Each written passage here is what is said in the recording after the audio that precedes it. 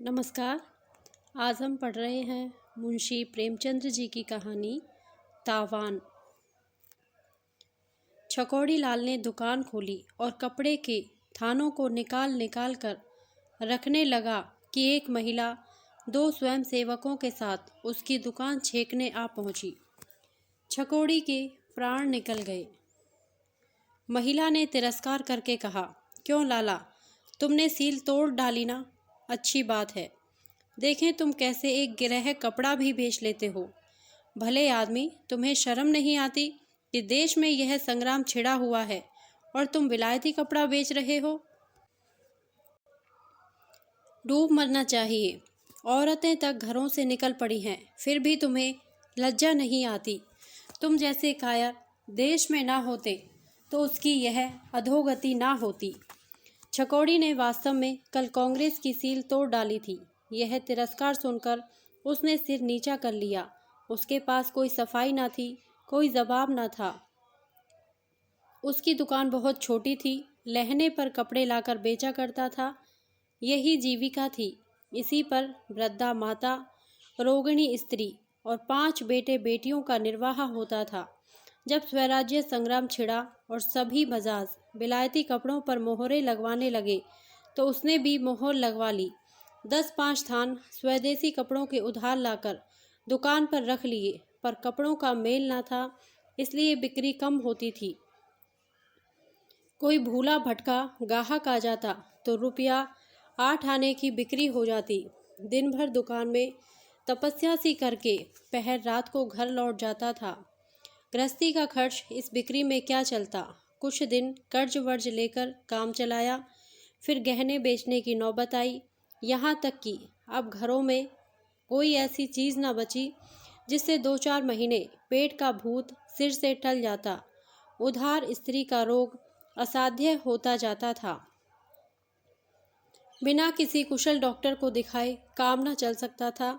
इसी चिंता में डूब उतरा रहा था कि विलायती कपड़े का एक गाहक मिल गया जो एक मुश्त 10 रुपये का माल लेना चाहता था। इस प्रलोभन को वह रोक न सका। स्त्री ने सुना तो कानों पर हाथ रखकर बोली, मैं मोहर तोड़ने को कभी ना कहूँगी। डॉक्टर तो कुछ अमृत पिला ना देगा। तुम नक्कू क्यों बनो? बचना होगा बच जाऊंगी, मरना होगा मर जाऊंगी। बेआब रूई तो ना होगी। मैं जीकर ही घर का क्या उपकार कर रही हूँ और सबको दिक कर रही हूँ। देश को स्वराज्य मिले, लोग सुखी हों। बला से मैं मर जाऊंगी। हजारों आदमी जेल जा रहे हैं, कितने घर तबाह हो गए, तो क्या सबसे ज़्यादा प्यारी मेरी ही जान है? पर छकौड़ी इतना पक्का ना था। अपना बस चलते वह स्त्री को भाग्य के भरोसे ना छोड़ सकता था। उसने चुपके से मोहर तोड़ डाली और लागत के दामों 10 रुपये के कपड़े बेच लिए। अब डॉक्टर को कैसे ले जाए? स्त्री से क्या पर्दा रखता? उसने जाकर साफ साफ सारा वृतांत कह सुनाया और डॉक्टर को बुलाने चला। स्त्री ने उसका हाथ पकड़कर कहा, मुझे डॉक्टर की ज़रूरत नहीं। अगर तुमने जिद की तो मैं दबा की तरफ आंख भी ना उठाऊंगी।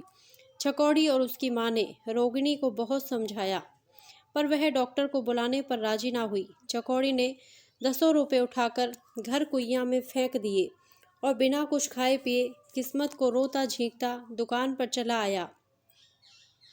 उसी वक्त पिकेट करने वाले आ पहुंचे और उसे फटकारना शुरू कर दिया। पड़ोस के दुकानदार ने कांग्रेस कमेटी में जाकर चुगली खाई थी। छकौड़ी ने महिला के लिए अंदर से लोहे की एक टूटी बेरंग कुर्सी निकाली और लपक कर उनके लिए पान लाया। जब वह पान खाकर कुर्सी पर बैठी तो उसने अपने अपराध के लिए क्षमा मांगी। बोला, बहन जी, बेशक मुझसे यह अपराध हुआ है, लेकिन मैंने मजबूर होकर मोहर तोड़ी। अब की मुझे मुआफ़ी दीजिए, फिर ऐसी खतर ना होगी। देश सेविका ने थानेदारों के रौब के साथ कहा, यूँ अपराध क्षमा नहीं हो सकता, तुम्हें इसका तावान देना पड़ेगा। तुमने कांग्रेस के साथ विश्वासघात किया है और इसका तुम्हें दंड मिलेगा। आज ही बायकाट कमेटी में यह मामला पेश होगा। छकौड़ी बहुत ही विनीत, बहुत ही सहिष्णु था, लेकिन चिंताग्नि में तपकर उसका हृदय उस दशा को पहुंच गया था जब एक चोट भी चिंगारियां पैदा करती है। तिनक कर बोला, तावान तो मैं नहीं दे सकता हूँ, ना दूंगा। हाँ, दुकान भले ही बंद कर दूं, और दुकान भी क्यों बंद करूं? अपना माल है, जिस जगह चाहूं बेच सकता हूं। अभी जाकर थाने में लिखा दूं तो बायकॉट कमेटी को भागने की राह ना मिले। जितना ही दबता हूं उतना ही आप लोग दबाते हैं। महिला ने सत्याग्रह शक्ति के प्रदर्शन का अवसर पाकर कहा, हाँ जरूर पुलिस में रपट करो। मैं तो चाहती हूँ तुम रपट करो। तुम उन लोगों को यह धमकी दे रहे हो जो तुम्हारे ही लिए अपने प्राणों का बलिदान कर रहे हैं। तुम इतने स्वार्थांध हो कि अपने स्वार्थ के लिए देश का अनहित करते तुम्हें लज्जा नहीं आती।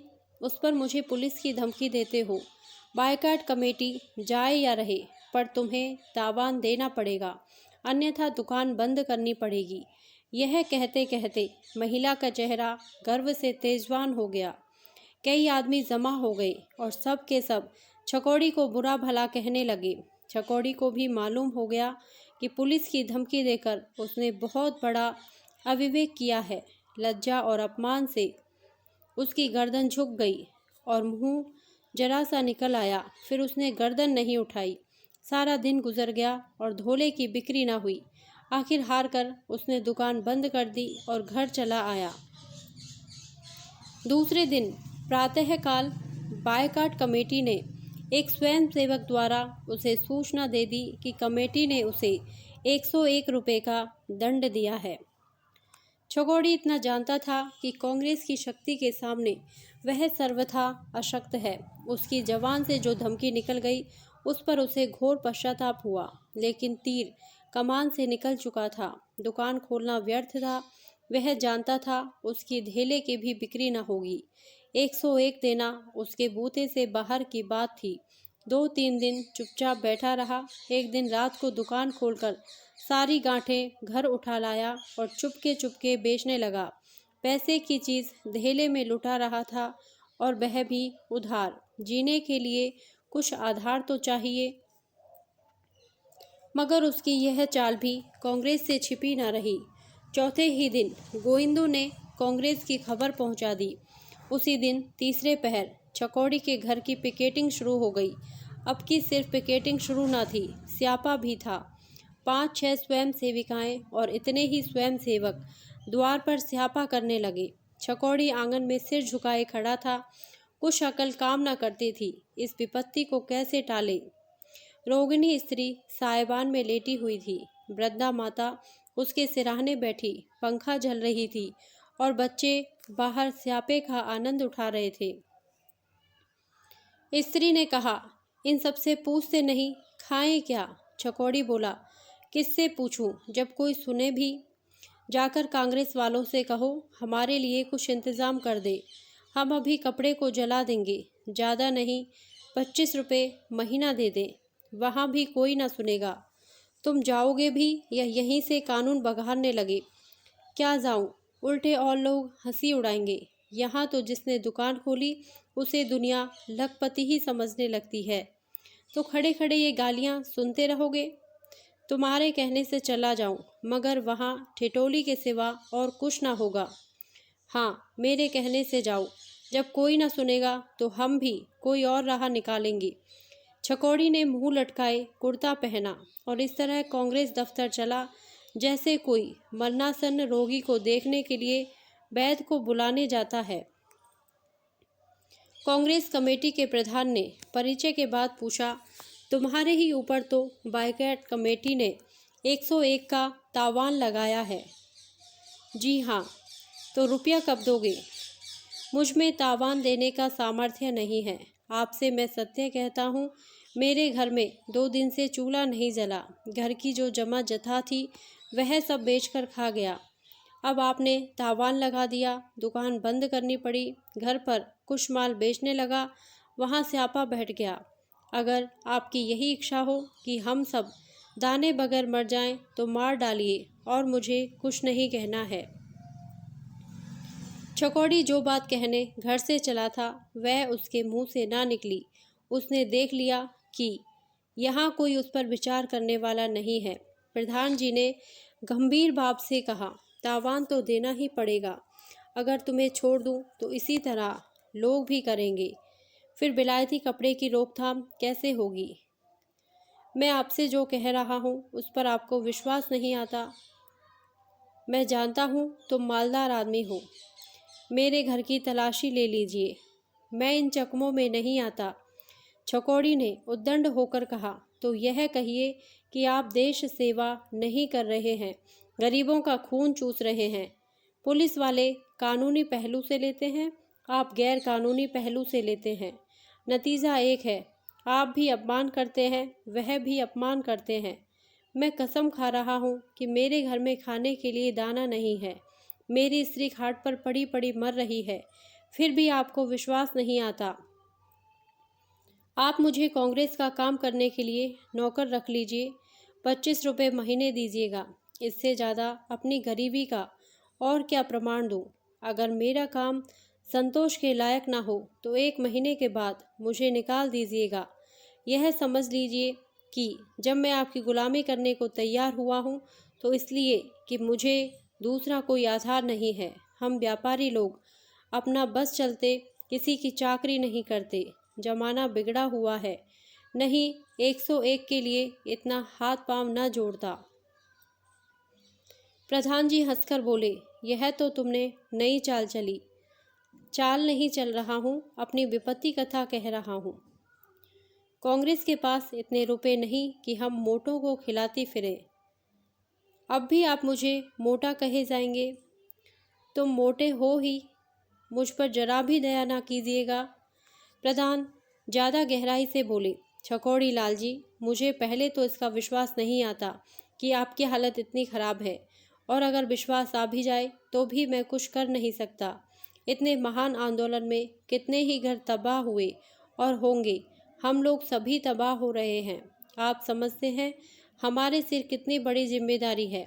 आपका तावान मुआफ़ कर दिया जाए तो कल ही आपके 20 भाई अपनी मोहरें तोड़ डालेंगे और हम उन्हें किसी तरह कायल ना कर सकेंगे। आप गरीब हैं, लेकिन आपके सभी भाई तो गरीब नहीं हैं। तब तो सभी अपनी गरीबी के प्रमाण देने लगेंगे। मैं किस किस की तलाशी लेता फिरूंगा। इसलिए जाइए, किसी तरह रुपए का प्रबंध कीजिए और दुकान खोलकर कारोबार कीजिए। ईश्वर चाहेगा तो वह दिन भी आएगा जब आपका नुकसान पूरा होगा। छकौड़ी घर पहुंचा तो अंधेरा हो गया था। अभी तक उसके द्वार पर स्यापा हो रहा था। घर में जाकर स्त्री से बोला, आखिर वही हुआ जो मैं कहता था। प्रधान जी को मेरी बातों पर विश्वास नहीं आया। स्त्री का मुरझाया हुआ बदन उत्तेजित हो उठा, उठ खड़ी हुई और बोली, अच्छी बात है, हम उन्हें विश्वास दिला देंगे। मैं अब कांग्रेस दफ्तर के सामने ही मरूंगी। मेरे बच्चे उसी दफ्तर के सामने बिकल हो होकर तड़पेंगे। कांग्रेस हमारे साथ सत्याग्रह करती है तो हम भी उसके साथ सत्याग्रह करके दिखा दें। मैं इसी मरी हुई दशा में भी कांग्रेस को तोड़ डालूंगी। जो अभी इतने निर्दयी है वह कुछ अधिकार हो जाने पर क्या न्याय करेंगे। एक इक्का बुला लो, खाट की ज़रूरत नहीं। वहीं सड़क किनारे मेरी जान निकलेगी। जनता ही के बल पर तो वह कूद रहे हैं। मैं दिखा दूंगी, जनता तुम्हारे साथ नहीं मेरे साथ है। इस अग्निकुंड के सामने छकौड़ी की गर्मी शांत हो गई। कांग्रेस के साथ इस रूप में सत्याग्रह करने की कल्पना ही से वह कांप उठा। सारे शहर में हलचल पड़ जाएगी। हजारों आदमी आकर यह दशा देखेंगे।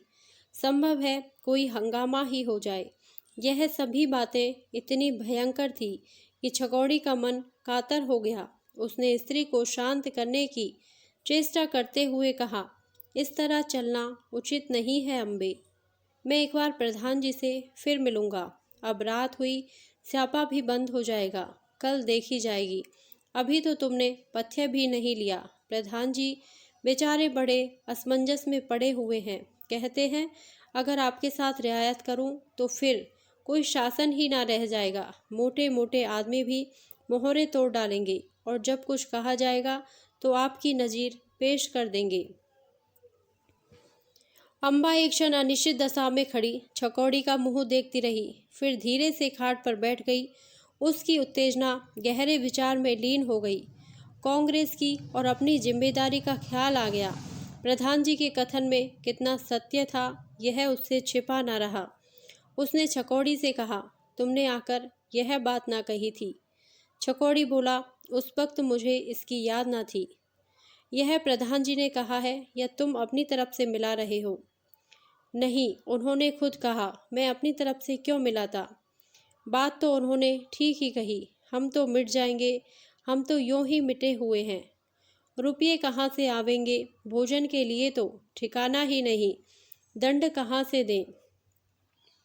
और कुछ नहीं है, घर तो है, इसे रेहन रख दो। और अब विलायती कपड़े भूल कर भी ना बेचना, सड़ जाएं कोई परवाह नहीं। तुमने सील तोड़कर यह आफत सिर ली। मेरी दवा दारू की चिंता ना करो, ईश्वर की जो इच्छा होगी वह होगा। बाल बच्चे भूखों मरते हैं, मरने दो। देश में करोड़ों आदमी ऐसे हैं जिनकी दशा हमारी दशा से भी खराब है। हम ना रहेंगे, देश तो सुखी होगा। छकौड़ी जानता था, अम्बा जो कहती है वह करके रहती है, कोई उज्र नहीं सुनती। वह सिर झुकाए अम्बा पर झुंझलाता हुआ घर से निकलकर महाजन के घर की ओर चला। धन्यवाद। यदि आपको यह कहानी अच्छी लगी हो तो प्लीज़ मेरे वीडियो को लाइक करें, शेयर करें और मेरे चैनल को सब्सक्राइब करें। Thank you.